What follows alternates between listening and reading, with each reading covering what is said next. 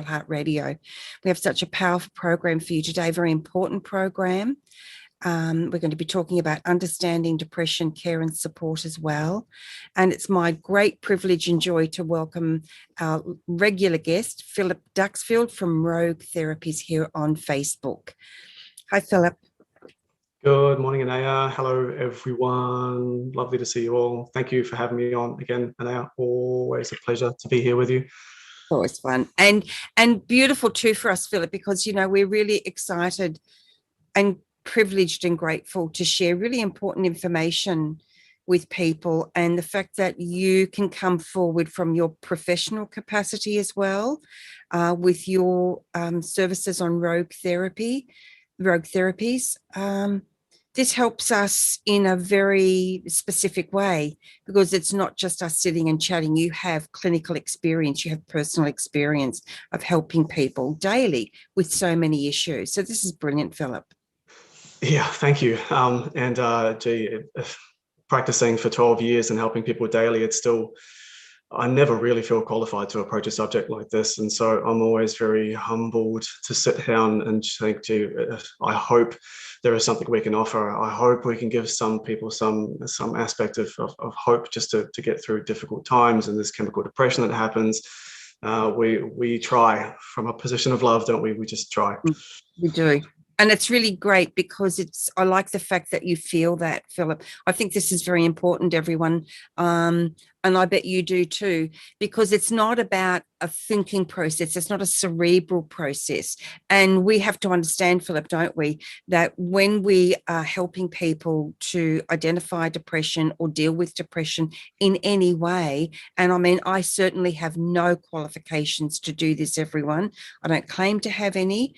I've just done a hell of a lot of work on myself over the past 30 years. So I come from that position. We understand that this is a matter of head, heart, body, emotions. There's so much going on here. Spirituality, there's so many aspects, aren't there? Yes.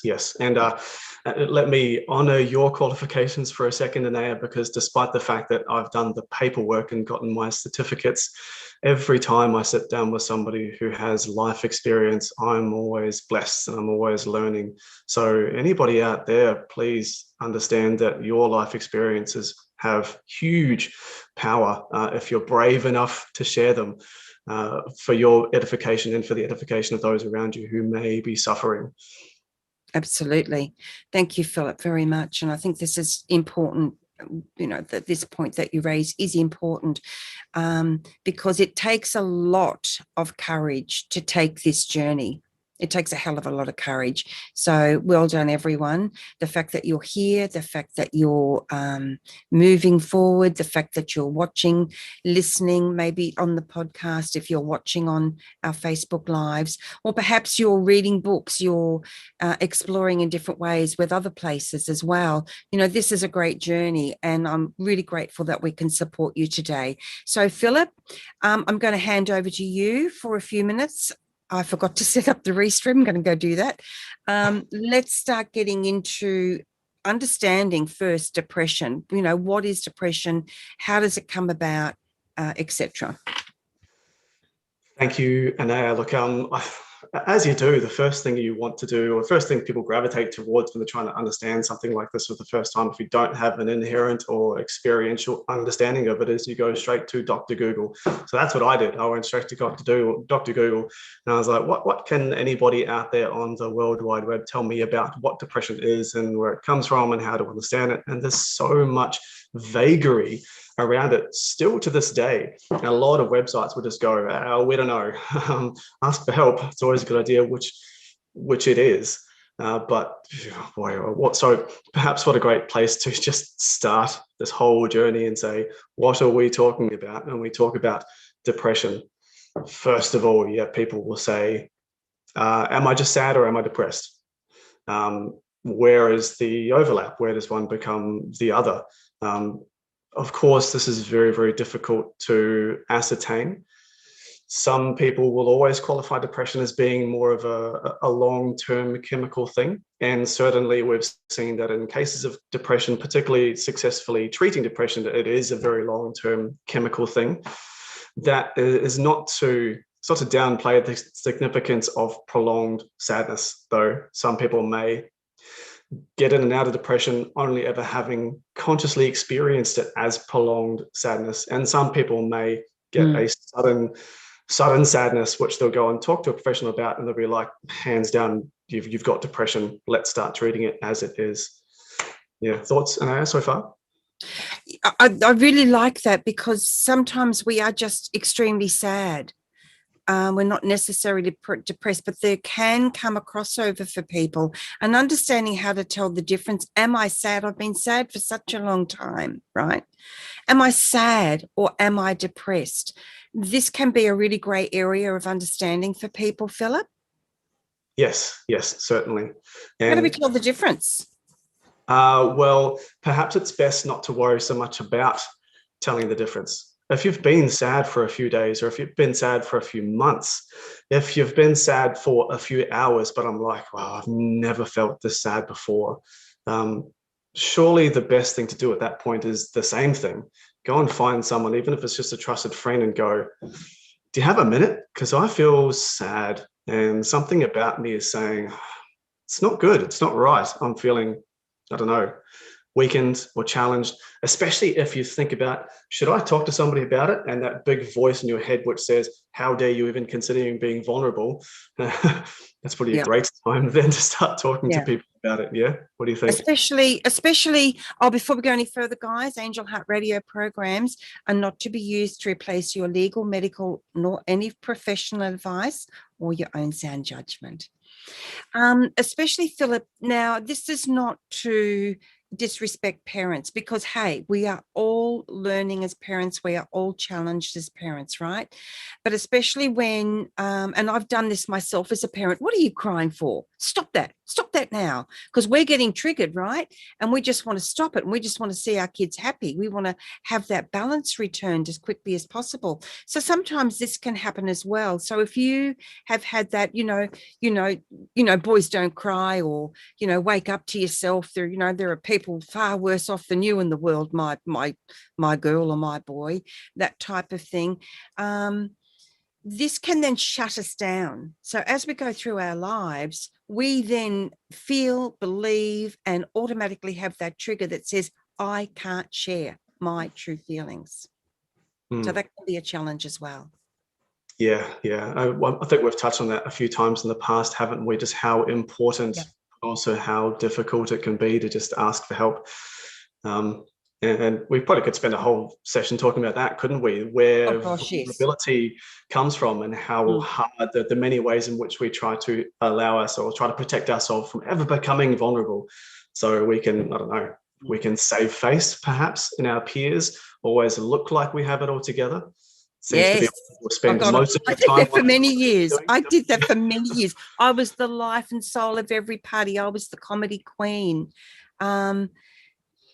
And it took me a long time to realize that, I was covering up for a start. But then later, it also took me time to understand, like, for example, when my brother Stephen died at 22 through suicide, I was an absolute mess at the funeral, but at the week afterwards, I was on. I had every joke. I was laughing. I was just in the spotlight, And looking back, I got really shamed about that. I thought, oh my God, people must have thought I didn't care. But then after I got through that initial fear of being judged, I began to understand that that was my coping mechanism. Your coping mechanism. Okay. Yeah.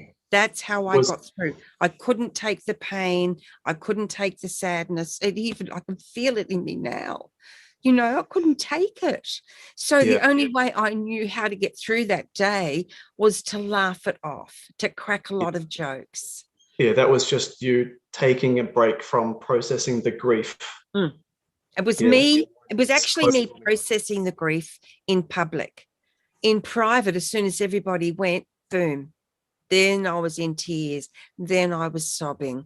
But I just couldn't deal with showing my feelings in public like that.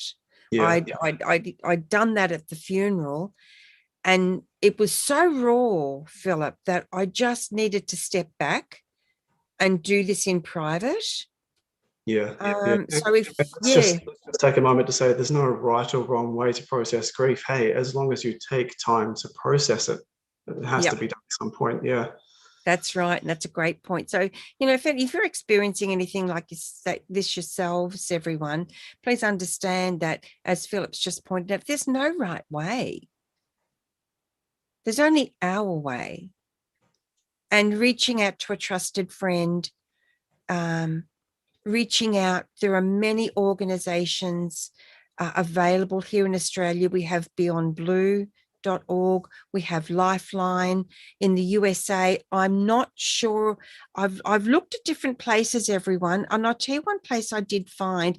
I can't say that I know anything about it, but there is a place called MHA national.org, and you can find support groups there. So again, I'm not plugging it because I don't know it, but I feel I need to offer you something where you can look yourself, or Google depression support. It is very important. It's vital, actually, to get some support, Philip. And perhaps it's a good time to mention now, as much as there are wonderful and effective support networks out there, which is one of the good things about the online world we live in. Sometimes the most effective thing you can do to process grief is to take some time to be alone and actually just reach out to your higher power and just go, I need someone to reach up and go in me. That sometimes the answer isn't like in the form of a person or a organization. Sometimes it's just between you and it, Yep. Look, we've got Amy watching, we have Belinda watching, we have Edith watching, and others. Welcome, everyone. Amy shares in the comment section on the live stream. If you want to share, please make a comment in this live stream on the Angel Heart Radio Facebook page. Sadness or depression, it is so important to take the time to allow it to unfold and be present with it, even though we all want to snap out of it or make it seem like things are okay for the comfort of other people. This is so true, Amy. And Philip, as you just said, sometimes we need to, in my case, when my parents both left the planet, I was just devastated, and I was shocked, actually, at how deeply I felt wounded, because I felt like so alone and lost. I went into my inner child, and I just felt like an orphaned 5-year-old. One of the things that happened for me was I went to what you said. I went to prayer. I went straight to prayer, and it didn't make me feel any better. But I knew from many years of experience that would come. Just handing over, reaching out, sobbing it out, crying it out with, for me, God. It might be something else for you guys watching. And the angels just was enough to help me. Yeah, and it's a really good point as well when you're processing these difficult emotions. Sometimes, and when you're a therapist, sometimes you feel like your job is, I make people cry, because sometimes that's all you do. They come to you, they cry, they go home. It can feel like, sometimes it feels empowering, sometimes it feels miserable. And sometimes people go, oh, I've got to go see Phil again and he's going to make me feel awful. But that's kind of the job at the time if you're processing grief, because setting aside time to feel awful, because that's what processing grief feels like. And yeah, sometimes you need a break. Absolutely, you need a break. Like some people process grief all at once and they're an absolute mess and it's gone. And some people are like, oh, that's all I can handle today. And I'm like, well, that's great. You did something. You faced that dark place. Absolutely. Yeah, fantastic. Absolutely. Yeah. So what happens so we're talking about recognized depression here, when you know that, okay, I'm either sad or depressed, or someone in your family or a friend. What are the steps we can take if it's someone out, it's not us? What can we do if it's a friend, for example, or a family member that might offer some support for them? Support for people going through depression. Yes, that we recognize, I think this person's depressed. Yes, it's hard to overlook the significance of those three little words, are you okay? That's really, I think it's the best and the most succinct way to say to a person, I'm recognizing in you that you may be dealing with something I'm recognizing that there perhaps is a difference in your usual demeanor, your usual behaviors. But I'm witnessing that I may need to show you some concern, or I may need to offer you a new level of support. All of that stuff could be summed up and just pulling someone aside and going, hey, are you okay? Something maybe seems up. If it's not, fine. If you don't talk about it, great. But just maybe picking up on something. Yeah. Sometimes being recognized like that, isn't it? Hey, I'm noticing you seem pretty down lately, or you're struggling. I'm around if you want to talk. And I tell you what, Like you say, yeah, that are you okay? yeah, sometimes one of the major thought processes that people get stuck into when they're getting into that place of persistent depression is they'll have that thought that says, no one's noticing me, no one cares, no one understands. So what a perfect way to challenge that in someone's life, by pulling them aside and saying, are you okay? Because then all of those negative thoughts have just been destroyed in 3 words in 5 seconds. So instantly powerful, right? Exactly. And I mean, even if the person says, yeah, I'm fine, just didn't sleep well last night, got a bit of a headache, and you know it's more than that. The fact that you've asked, you don't have to push it, in my experience, Philip, and I want to know from your professional standpoint about this. Sometimes it's enough to just say, oh, okay, if you need anything, I'm here, and just keep checking in with that person. Absolutely. I've had the opportunity to work alongside some people in my company, and they will go out and pick up clients at their house. And some of these people have been dealing with depression through. Some of them have an adult diagnosis of bipolar, and by the time that's been diagnosed, they've already lost their family, their wife, their job, their savings, and they can be in this depressive place for years. And I'll be sending a person along to knock on their door and saying, hey, we're going out today. So one of the first things I'll say is, boy, get ready to be told no a lot, because it's just the way it goes. You might drive an hour down to them, knock on their door, say, how are we going out today? And they might say no. Or you can say is, great, see you next week. You just got to accept them wherever they are, whatever they can offer you at the time, but make sure you keep turning up. No pressure, but don't stop turning up. Yeah. Exactly. You know, it just reminds me of this wonderful woman at my children's school. We didn't know each other terribly well. Our kids were in the same class. But I remember this one day, I had this terrible migraine, and I was really struggling to keep it together. And it was time to pick up the kids. And I thought, what am I going to do? I can't drive. And I thought, I think I can ask this lady. So I asked her, and she said yes. And she said, how about I take Erin back to my house? You know, Lily'd love a play date. How about we do that? That'd be great. So we did that. I said, oh, thank you so much. And the next thing, when it was time for Erin to come, she brought her home, but she also bought dinner. And Wow. that just changed everything in a second for me, because suddenly, even though she didn't really know me, she didn't ask me what was going on, she didn't offer any advice, she supported me. I suddenly had support. And do you think perhaps there may have been just those little niggling thoughts going, I've just got to do it on my own. No one's going to know what I'm going through. Who will reach out? And then as soon as somebody says, I can do this, all of those negative thoughts are just challenged and gone. Yeah. Yeah. Yep, absolutely, because that's my MO. Oh, I can do it myself, or I won't ask for help. And the thing is, that's a program running underneath. That's a belief system I've got, and I don't recognize it until later. I don't recognize that I didn't reach out. I don't recognize that I just went completely under the radar, because at the time, all I want to do is go into my cave, and that's it. Welcome, Phoebe. We have lovely people watching. Guys, please do share comments. Please ask Philip any questions you may have. If you would like to ask a question, but you don't want your name mentioned on there, just start it with anonymous, and that's perfectly fine. So here we are. We're understanding that the difference between sadness and depression, how to turn up for someone in a support capacity without putting any pressure or expectation on them, without asking for anything in return. It is that turning up, and I want to really acknowledge what you've said there, Philip. Just keep turning up. Yes, thank Yeah. you. Now, there are lots of a little more dull, nitty-gritty stuff to talk about when it comes to depression, the more physical side. But I think it can be very, very powerful to understand what's happening in your own body, physiologically speaking.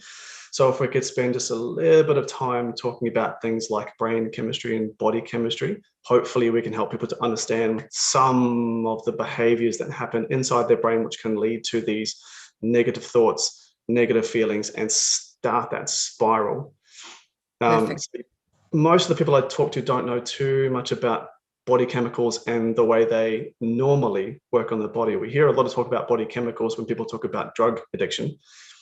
People get addicted to things like speed, which is related to your dopamine overload, and people get addicted to ecstasy and MDMA, which is related to your serotonin and your endorphin overload.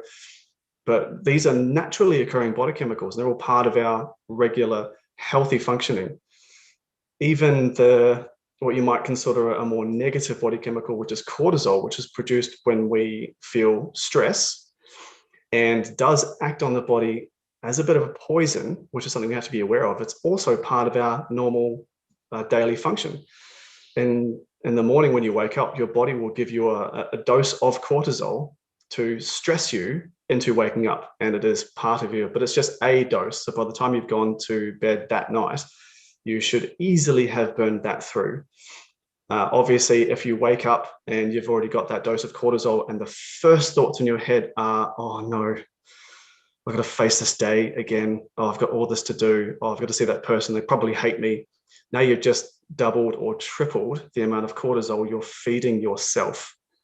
That then it takes about half an hour of exercise to process one dose of cortisol. So if you keep feeding cortisol to yourself, your body can't process it. That will have negative effects physically on your body. So now your body doesn't feel very good. Your energy is going down. Your immune system's not working so well. So this is a thoughts have a physical reaction relationship. And when you're not feeling physically well, then your emotions drop. And can you see the spiral starting to come out here now?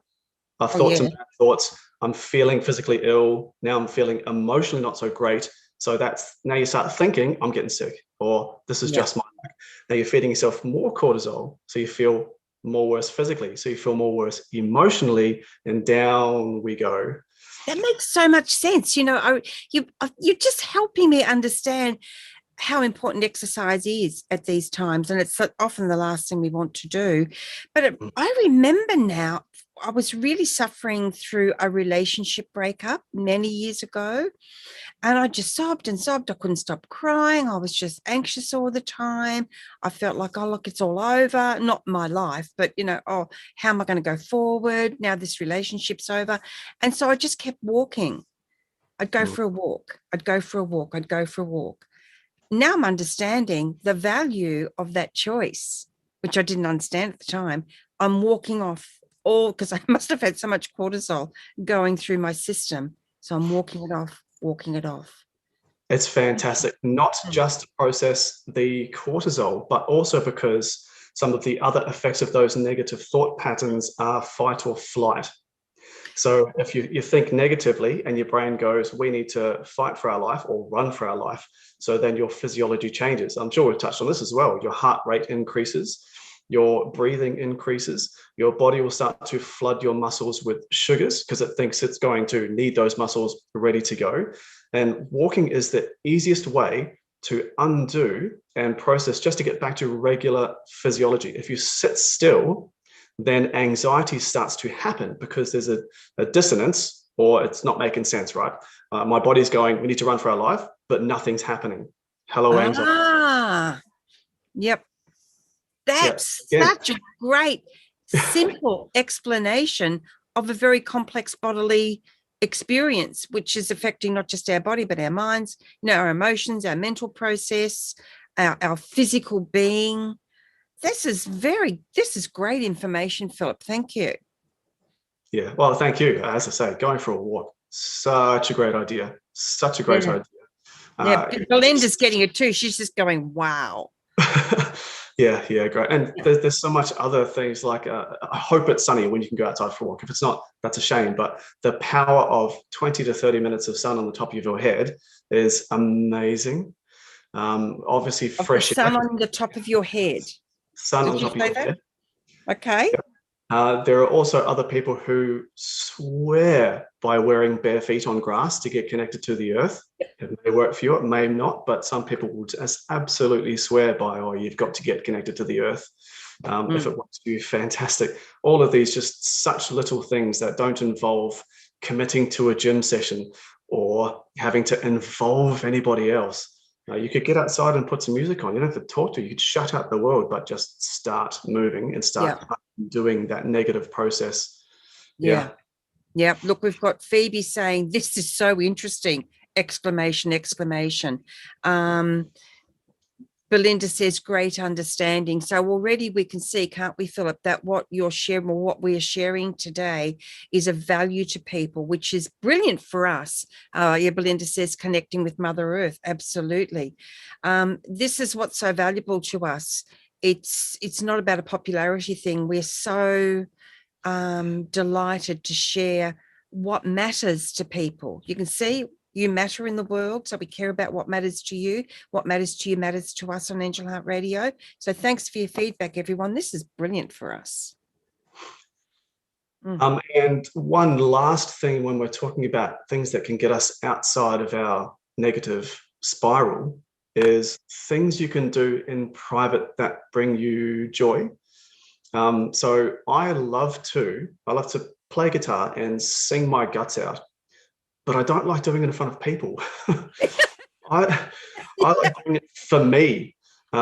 Sometimes I think I sound fantastic. Most of the time it's terrible, but if no one's around, who cares? I do it in the car, belt out a tune in the car, and I'm like Mariah Carey, or in fact, hey, it's not really I always feel 100 times better after that. I don't know why, it just works for me. Maybe it's just an honest expression.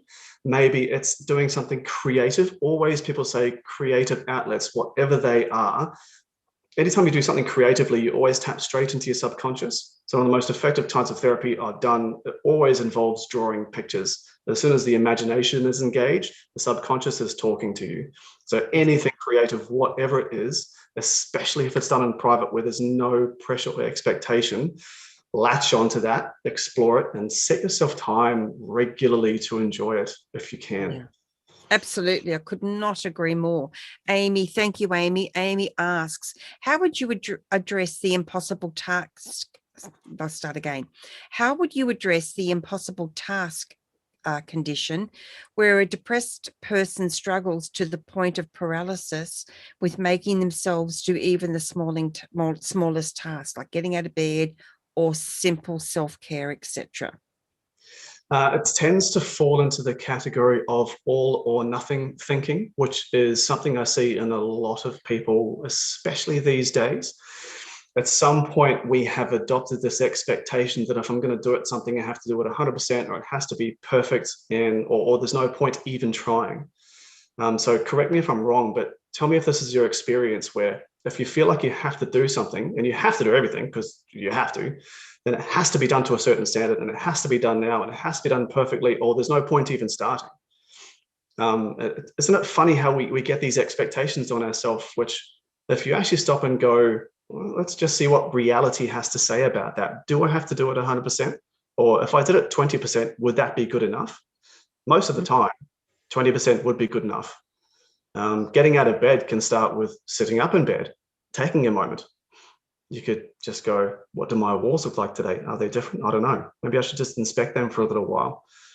And there tends to be some expectation behind these, I don't want to get out of bed.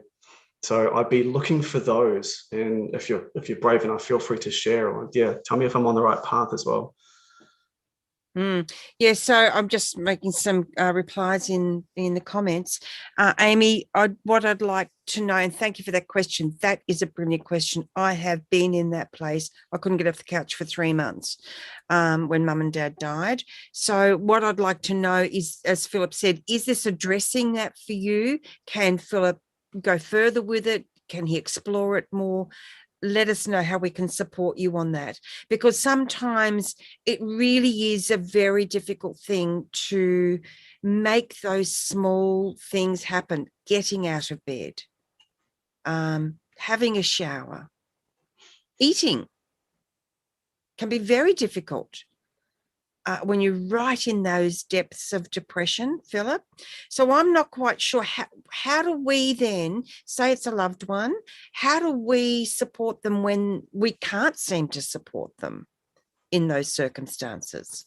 I would always start by looking for those all or nothing thinking, because people might think, oh, it's too hard just to get out of bed. But behind that, there is often I've got to do this, I've got to do that, I've got to go here, I've got to achieve all this. There's this big list of expectations that are already pressing so much on their ego and their self-worth. And so what we do then is the subconscious will make it so hard even to get out of bed. We've removed the opportunity to fail. And this protects us from having to face that day. If you can't face the day, can't fail.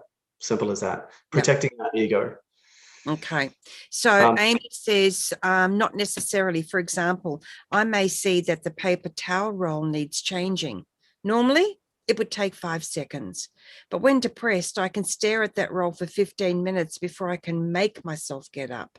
If I can make myself just do it. Yeah, so I'd be interested to hear about what else is happening in your life. Because obviously you're probably not very angry with the paper towel roll. Yeah, right. If you're finding some resistance to do even very small things, there would be a challenge that's behind all that, which is causing you to want to retreat from the world as a whole. So I'd be wondering what's the big challenge? What's the big question there that you're having trouble answering, which is starting to bring your walls of your universe in a little too close so that everything feels too much of a challenge. Okay. So for me, Belinda says small goals. For me, one of the things, I don't know whether this will help you, Amy, but one of the things I've learned to do, and Belinda's just sharing again, which I'll come to. Thank you, Belinda. One of the things I've learned to do, Amy, is look, when I've been in that situation, look at the paper towel roll, for example, and say, how close to the top? If I can put one thing or two things or three things on my list for today, is that on the list? No, it's not. I don't care about the paper towel roll. What's on my list? Have a shower, eat, maybe, do my hair, brush it. It might be that. It might be go and sit in the sun as one of those things. It's this, as Belinda said, small goals. And Belinda says she writes everything down to release it from her brain and action it when I can. That's really a good point, Belinda. Get it out of my head. Because it's the fixation, isn't it? I can't do that paper towel. It's looking at me. I know I need to do it. What's wrong with me? I should be doing that. It's a small thing. Why can't I do it? So, write it on a piece of paper and go, that's it. I don't care about it. Boom, it's in the bin. Recycle it. Yeah, fantastic. Well done. Yeah, thank you. I feel edified. I'm sure I'm going to be able to use that to bless somebody else as well. Brilliant. And something else that's happened, which somebody I really respect shared, which got them through difficult areas in their life, which may or may not be relevant to you, Amy, so apologies if it's not, but even the little things which we feel are so insignificant, and yet we put such a huge value on it for some reason, such as changing the paper towel. When did this become the most challenging thing I'm going to do today? Even just the smallest thing, if we just do that to honor our higher power. I'm going to just do this I'm going to do the dishes and I'm going to do a good job because I want to honor the person who gave me dishes to do. I have a home, I have a family to look after. I'm going to do this to honor those blessings. I'm going to change the paper towel roll to say, thank you to my higher power that I have paper towels. I'm going to change that. I'm going to give that away. It's not for me anymore. It's not for my family. It's to honor my higher power, to get closer to my purpose. That's a great point. Amy says she just wants us to know this is not her personal current situation, but one she faces with loved ones. Okay. So maybe divert to look this is Amy again, maybe divert to look at what can be done rather than force the paper towel roll. Yes, love that, and we'll try that. Awesome, brilliant, love it. Belinda says yes, and Belinda also says, I deserve my home to be a sanctuary. That's another great point. So let's say, everyone, that half of you or some of you are really relating to the higher power thing, which I personally do. If you're not relating to that, just disregard that. You may find that doesn't feel conducive to you. And if it doesn't, let it go, right? We offer, we don't push. But I love that deservability. I deserve my home to be a sanctuary. See, I can do that as well. It's like, oh, I do have to wash those dishes again. Do I have to vacuum the flipping floor again? I'm not depressed. But even those small things can feel overwhelming some days when they feel like there are 50 million things on my list. It's always because I've made my list too long, Philip. I'm not focusing on what really matters for me. Yeah, and we're so good at that, at going to the end of the day, go, where did my time go? But if you ask yourself, hang on, I scheduled my day. Who am I complaining to? I'm complaining to me. What have I done? Yeah. But we do. We take on too much. Yeah. Yeah. And here's the other thing. Often on those days, it's because I've spent too much time on social media. Because social media is awesome. Hey, we're here on social media live streaming right this second. But when social media becomes your whole focus or a big part of the focus of your day, that's the question to ask. Why? Sometimes so we don't have to face what else is going on. We don't have to look at the paper towel. We don't have to do those dishes, because that's what I find I do. Oh, Belinda says she's doing the dishes now while listening. Woohoo! You so rock. It's such a great point, though, Anaya. Behind every addiction is a clue to what you're missing or avoiding. Yeah. Someone comes into my clinic and says, I'm addicted to ice. I can say straight away, well, then you're missing dopamine. Let's treat your motivation issues. If someone says, I'm addicted to marijuana, you say, oh, the problem is your thinking pattern, because marijuana switches off your inner monologue. And if you're addicted to social media, in the same way, it's telling you what you're missing. You're either addicted to comparing yourself to other people, making sure you're keeping up with the Joneses, or you're addicted to procrastinating, which again is a self-protection method. I'm afraid to try things. My self-esteem is too low. I'll procrastinate, and then, oh, my day's gone. Oh, too bad. I'll try again tomorrow. Yeah. Yeah, so true. Because that's always procrastination for me. Oh, I just need to create some artwork for something. You do. I just better go and check Angel Heart Radio. I'm not quite sure if I've, sort of really noticed what people are saying. It's all that stuff. Whereas when I'm focused and haven't got a great big list to do on the day, so I'm not avoiding anything by putting too much on my list in the first place, first clue, I get so much achieved, and it's with ease and grace. So I think the other point here to point out, everyone, and this is very important, I can't stress how important this is don't get heavy on yourself. Don't give yourself a hard time, because that is another way of avoiding, but it also then starts triggering all our guilt patterns. And guilt will never help us move forward. It will always keep us anchored in the past. Very good. Very good. So I don't want to spend too long on body chemicals. If any people have more information they'd like about body chemicals, they can always post a question, or they can contact us on the website later. For now, I'd like to, and especially like to spend some time talking with you and about this, is about resilience. So resilience is a subject that's come up a lot in my work, especially when I was in New Zealand about 4 or 5 years ago doing group therapy for people who were long-term unemployed. And the bulk of these people obviously were 18 to 30-year-olds. And the one common theme that came up with these people who were consistently avoiding life was a lack of resilience. And we know that these patterns are increasing.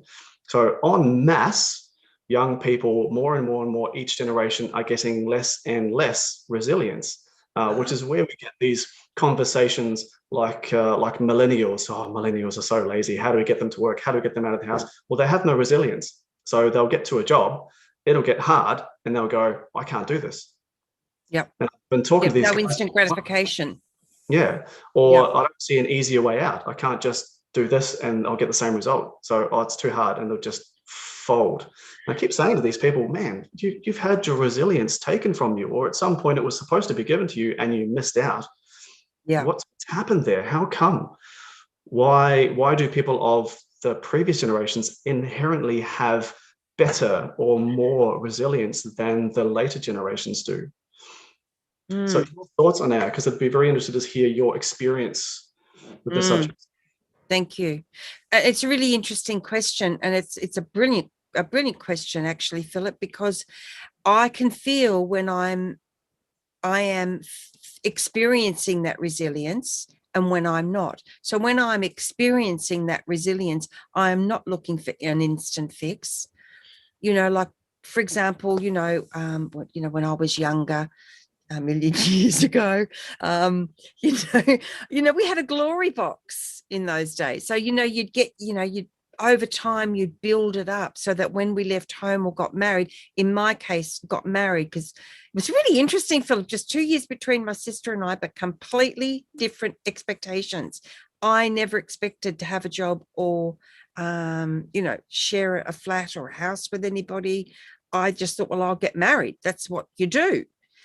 So the resilience there was, over time you build it up, instead of saying, well, I want it all and I want it now, because they are two different experiences. So the resilience of slowly building something over time, whereas the lack of resilience, saying, well, I want it now, how can I get it all now? How many loans can I take out, or whatever, which is not a judgment, everyone, right? This is it. We're talking about experience here. All experience will teach us something very, very valuable if we're open to the learning. So, and I've been in both places. I want it all. I want it right now. How can I get it? Because I want that instant fix. I want to feel better now. It's not really that I want the thing now. I've bought stuff, through the period of time after mum and dad died. I bought these really expensive clothes that I don't wear because I don't even like them. But I felt better at the time. And it took me a long time to understand that what I was doing was, the particular shop, there was an older lady there that paid attention to me. And it wasn't a sales boy. She was just a lovely woman. And I was missing that with my mum. I was missing the time with my mum. Right. Wow. So it took me a long time to get that. And then I went through, oh my God, I can't believe I wasted all that money. Oh my. And then I had to deal with the guilt of that and then take that pressure off myself. So it's a journey, right? But the resilience coming from learning how to, we'd put a cloth over some boxes for a table, right? And that was fine. And then eventually you got a table. Woohoo, I got a table.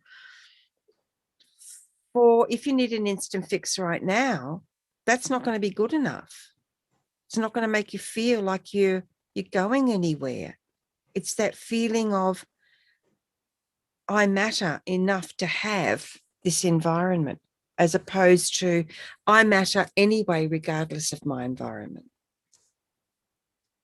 You know what I mean? Yeah, that's well put. Yeah. And they're very distinctive things, and that is tricky to understand because they are under the radar feelings. And it's only for me through the years of I'm going to call it self-improvement, for want of a better term in this moment, but please hear me. There's nothing wrong with you. You don't need to improve yourself. It's improving our understanding of things. Through all of that, for so many years, you've got no idea. And one of the things that really helped me, Philip, was a 12-step program I went to for a couple of years. And that was EA, Emotions Anonymous. And that was so good for me, because suddenly I was in an environment where I could tell the truth about what was going on for me, even if my truth was, I feel awful and I don't know why. And nobody rushed in to try to fix me. Nobody judged me. People heard me.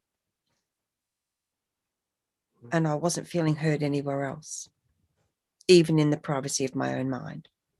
So, you just somehow I just somehow found a way. It just felt right at the time. It just grabbed my attention. So I followed it through and I went, and I was terrified because I was nothing like I am now. I didn't have the resilience then that I have now at all. And I was just so terrified, but something just kept urging me to go. And it was one of the best decisions I ever made. Yeah, wow. Okay. Mm. Yeah, certainly. From my experience, for most of my life, I haven't considered myself to be very resilient. I would compare myself to my parents, my father and my stepmother, who are both noted people in the New Zealand Air Force because they've been so wildly successful in their roles. And for me, it made success feel quite unattainable. So I got into a lot of self-defeating subconscious behaviors, which made me view success as, because it was unattainable, it was instantly an enemy, because nobody wants to try for success and fail. Yep.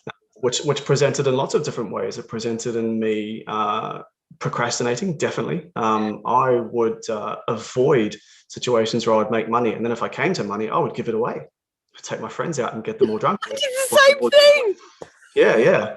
And it was all because I was terrified on a subconscious level of being successful. Yeah. But until and someone... never measuring up to what our idea of success is. Yeah, exactly. But again, that's the all or nothing thinking playing out. If I can't be 100% successful and surpass the achievements of my parents, no point trying. Yep. But That's such a good point. It's just like my head's just going boom, boom. Because all these connections are being made right now for me personally. Thank you. So here I am, in my 40s now, and having had enough time to be humble enough to go, gee, if all I can do is go to my client's house, my client has an elderly mother, and I can take the blanket that she washed yesterday and hang it on the line. The amount of significance I get from these tiny, tiny activities far surpasses anything I've done in the business world. And I'm so grateful for this renewed understanding. But at the same time, it's come from allowing other people to be financially successful, because I've got lots of financially successful friends. Great, fantastic. I can't do business anymore. It does my head in. And understanding that my place in the world, I've been put here to do small but significant things, and then I can give those away to my higher power. And believe me when I say that I am blessed for doing that and accepting my role in the world. And I have such peace about my life now. It's such a relief. And it's so difficult to communicate these concepts, especially to younger people. And perhaps it's because you just can't. You can't say, here are my 20 years of experience, knowledge dump. There you go. Don't make my mistakes. Exactly. There's no such thing as secondhand experience. No, unfortunately. And that's the journey, isn't it? That's where it's just allowing it, and that's letting that be okay, that person has to have their own journey. They've got to gain their own experience, and any parent will tell you that. But here's the irony, and here's where it comes full circle. It's only when you allow yourself to experience a process and go through frustration yourself that you build resilience.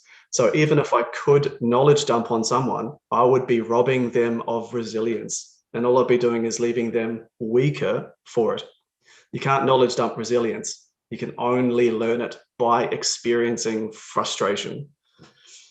Yep, so true. That is such a great point. Because, with the people that we love, we want to save them from making mistakes, right? That's a common thread throughout, every family I've ever known. every friendship I've ever been in. I'll just have to give them this understanding. They're not listening. Why aren't they listening? Why don't they pay attention? Okay, I'll tell them even louder. I got friends that know very well what I'm talking about because I've done it to them. To Beth, you being one of them, my love, I apologize humbly. But the thing of it is, we then have this wonderful opportunity where your friends stick with you and you stick with yourself, because it's always a two-way street as well, right? In friendship, there's always both sides on the mirror. There's always a bit of give and a bit of take, but it's the give that grows so much if we're willing to go through that journey. That grows and eventually, in my experience anyway, outweighs the take, because you have that humbleness, you have that genuine care and that capacity. There's your resilience right there within your friendship. And you care about that person and you want to be in their life. And it's not a matter of, I want to be in your life no matter what, so you can treat me terribly, but you care enough not to gob off at them, not to say, well, you're doing that wrong. Oh, have you thought about doing it this way? Sometimes it's enough to say, I understand. Yeah. And doesn't that highlight one of the most effective ways to support people when they are going through something difficult, or they are being sad for a long time, they're facing depression? Is the best way we can try to help them is to not fix their problems, but to support them enough to experience and, dare I say, survive their frustration. Because once they've survived it, once they've gone through it, they will be stronger for it. And then they guaranteed will help you do the same thing at some point soon. It'll come. Absolutely. And that becomes a really powerful journey. And the thing of it is, when I said before, I understand, sometimes we don't understand what they're going through at all. I understand that something's happening for you. I just want you to know that I care about it. If I can help in any way, let me know. It's enough, because you're letting them go through their own thing. I've had friends, and I bet you guys have had this too. I've had friends that say, I'm so sorry. I haven't been in touch for so long. I've just been so much. It's like, it's okay. I'm not attached to that stuff. That's not what my friendship with you is about. Yeah. I'm here in the background. You're there in the background. Yeah, eventually we catch up, and that's a blessing. I've had other friends. I had another friend once say to me, well, I just rang you to tell you I'm not upset with you. And I said, oh, why is that? And she said, because I rang you last time and you haven't rung me in 6 weeks. So I said, and this is because I'd learned quite a bit by then. And I just said, you know what? That's okay. You're entitled to have your feelings, and I'm going to leave those with you to sort out. Yes, thank you very much for the guilt trip. I'm not going to take that. No, but that's okay, because I could see that she didn't know how to say to me at that time, I'm feeling that you haven't paid any attention to me or to our friendship, and I've done my part. Why haven't you done yours? So from her perspective, that's what it was. From my perspective, I could see that she was being passive aggressive and putting the guilt out there. It was up to me whether I pick it up or not. Yes. So that's why I chose to say, that's okay. You're entitled to have your own feelings, and I'm not going to try and take those from you. And despite the fact leave it at that she is asking your relationship to be conditional, i.e., you got to reach out to me too, you can still meet that relationship with unconditional. It's like, you know what? We're talking. I love you. Great. Yep, exactly. I mean, the time came when she said, I just don't want to be friends with you anymore. I don't feel I can be authentic with you. And that really, I was really hurt about that. And I really thought about it. I thought maybe I should have, And then I realized, well, actually, no, it's the reason, the season, the lifetime. Our season is done. And I'm so grateful for everything that we've shared together. She was a loving, kind friend to me. And I trust I was a loving, kind friend to her. So I don't want to sort of end things by saying, well, I'm pointing my finger at you. No, well, that's okay. Belinda says, I was talking about when unconditional, we haven't caught up like we said we were going to, or I haven't rung you in a while, or, those kinds of conditions. She said, that's us now. And it's so true. How many times, Belinda, have we said, okay, we're going to get together and do this, that, or the other. And one of us needs to ring and say, well, I need to, change those plans. I'm sorry, I can't be there. And that's okay with us, isn't it? Like that's fine. That's life. And she said, but I had the same recently, but I also didn't take that on either. And that's so cool.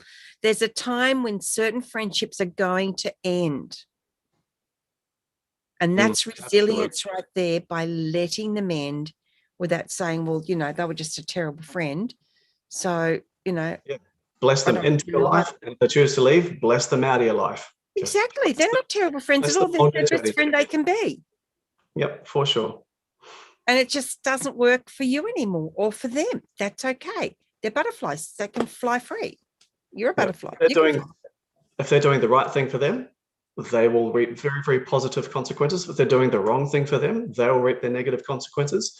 You don't have to own any of that. You can just be in charge of your own consequences. Yep.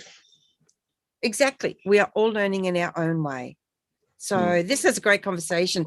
And okay, so bringing this back into depression, see, this is how, when we are experiencing our relationships and ourselves with some type of balance, the depression doesn't set in.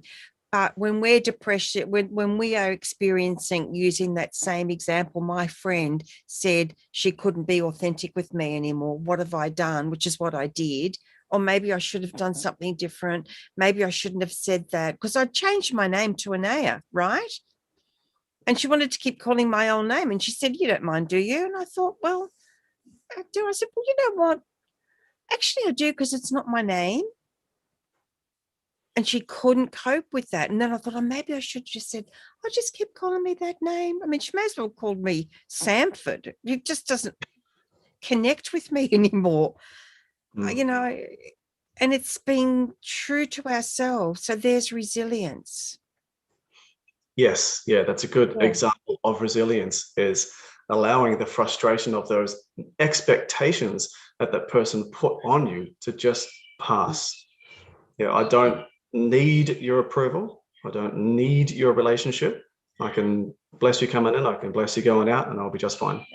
And that's where we don't take the path of sadness and depression. I was still very sad because she meant a lot to me, but it's okay to be sad. Sadness is a good thing. Sadness tells us something. It's just a natural process, right? Yeah, exactly. But when we say, I can't feel sad, I've got to do something to stop feeling sad, which is a natural response if it's triggering other things in us, that's when I feel depression can grow as well, because suddenly we've got to find ways to stop that feeling. It takes a lot of courage to let the feeling just sit and be okay that you feel that way. That takes huge courage. But we're courageous people, right? All of us. You're watching, you're listening, you're a courageous person. Why else are you here?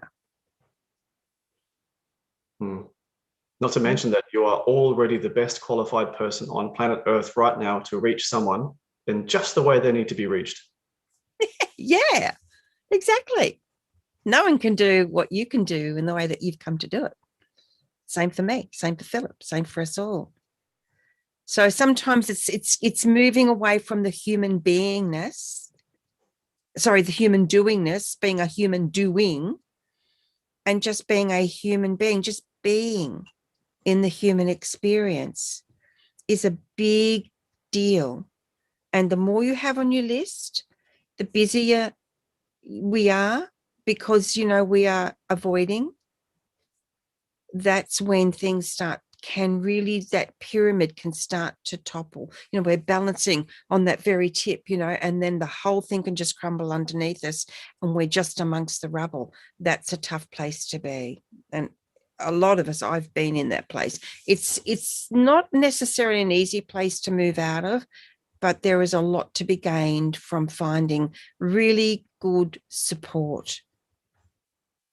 while you are going through it without anybody trying to fix you, but the support of someone who can, and we don't always have someone in our lives, Philip, do we, that can do that, play that role, that can sit and hear us without trying to fix us. Yes, unfortunately, it can be quite rare. But then helpers out there, you know, an AA is there for you. As is Philip, Rouge Therapies here on Facebook. Is it rouguetherapies.com or .com.au? .com. Rouguetherapies.com. Don't spell it rouge like I was. Yes, Rouge. That's my. I'm not getting your emails, right? So, yeah, so Rouge Therapies. There are many, many places to go. 12-step programs, as I mentioned, can be so incredibly valuable. Rouge Therapies here on Facebook. You know, Philip's a great player. As you've seen over the months now, we've been presenting with Carol-Ann and I, with Philip, and myself with Philip, and Carol-Ann and I again when Carol-Ann's back. You've had a good chance now to really connect in with Philip and see just, you know, what sort of stuff he's really made of. So please do go and like the page and just get connected, because you never know what you're going to see. That's going to be just that little bit of support you need that day, even if you don't reach out. Always a casual chat and a little message. Yeah. Yeah, see, look at that already. Boom, you're flying. You got the pass.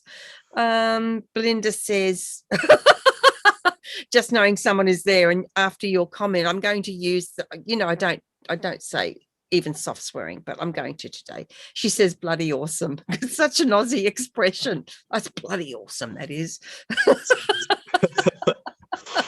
So, yeah, so Rouge Therapies here on Facebook. So just a quick reminder, everyone, that Philip's new usual time is the third Monday of each month in the USA on that timeline, which is the third Tuesday in Australia on this timeline, because now Philip has work commitments on the other spot on our usual show day, which was Fridays in Australia.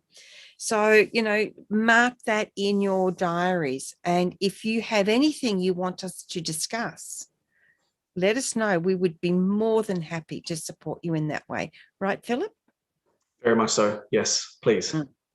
Excellent. So, you know, Philip and I have been talking about this topic of depression. So there are lots of different avenues. We really want to also come back with another program and talk about things like postnatal depression, PTSD. Is that it? Yeah, Post. Yep. Okay, thank you. Yes, yeah. we want to support you, and we are also going to do a program on suicide to support people, and also families and friends and loved ones who do have someone who have left the planet through suicide. We really want to support you in lots of different ways. So this is going to be a little bit of a series around these topics for you over the next couple of months. And we trust that that's going to be a really great support to you. Yes, and thank you everybody for turning up, contributing, and being brave enough to have these difficult discussions with us, which should never be hidden nor left behind or not discussed. Absolutely. So I'm going to put a couple of links on the information for this particular live stream so that you can go and explore. If you need some support with depression yourself, please reach out. It's very important. The longer you stay hidden away, the harder it might feel. Yet there's a lot of support available. And if we can support you in any way, if it's too hard to go to Google, I can't deal with it, all that information, let us know. We will get you some links, right? We will support you. This is not a one-off deal. We will support you. Okay, Belinda says, thanks so much. I'd love to talk about issues that happened as a child, childhood issues. I'm writing that down right now, Belle. And if there's anything in particular that you want us to discuss, let us know within that topic, and we will definitely do that for you. Thank you so much. See what happens when you ask everybody?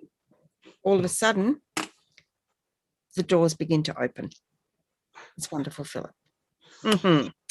Thank you, Philip, as always. Thank you. And always a pleasure to be here with you. And thank you, everybody else as well. Always a pleasure to be here with you all as well.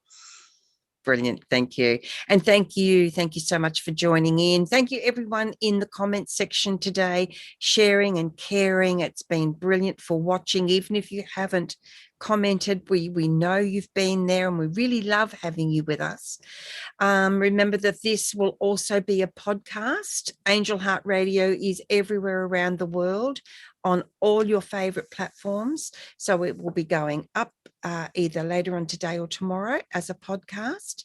So, we've got lots of different ways that you can tune into us. Thank you, Belinda. Thank you, everyone. Lots of love. Take good care. And remember to be kind to you. The value of kindness for others is magnificent. And the value of kindness for you is so important, because when you fill yourself up with kindness and love and care, you actually then become stronger, gain more resilience over time, and you will have more to share with others. Stay safe, everyone. Lots of love, and we'll see you soon.